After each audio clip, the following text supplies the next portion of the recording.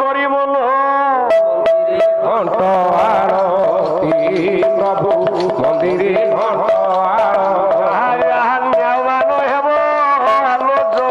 মন্দিরে ঘণ্ট আরতি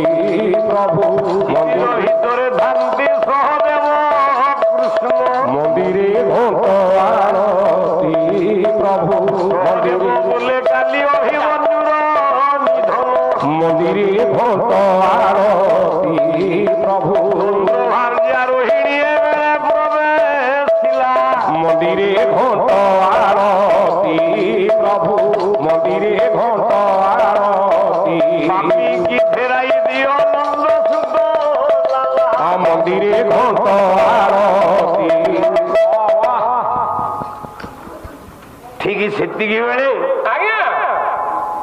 চন্দ্রঙ্কর ভার্যা রোহিণী আসি পৌঁছিলি প্রভু କହିଲେ 14ଟା କଳା ନେଇ ମୋ ସ୍ୱାମୀଠୁ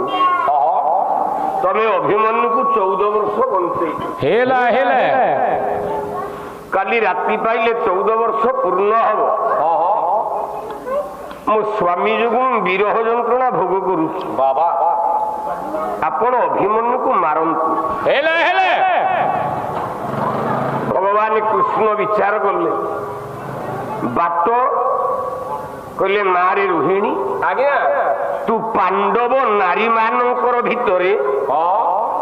ଛଦ୍ମବେଶରେ ଲୁଚିଯା ହେଲା ହେଲା ଆସନ୍ତା କାଲି ମହାଭାରତ ଯୁଦ୍ଧରେ ମୁଁ ଅର୍ଜୁନଟାକୁ ଜଳଧର ବ୍ୟୁହକୁ ଭାଙ୍ଗିବା ପାଇଁ ମୟ ଅସୁରକୁ ମାରିବା ପାଇଁ ଗଙ୍ଗା ନଦୀକି ନେଇଯିବି ବ୍ରହ୍ମାଣ୍ଡରେ ଚକ୍ର ବ୍ୟୁହକୁ ଭେଦି ପାରିବେ 3 ଜଣ ସେ କିଏ କିଏ ଆଜ୍ଞା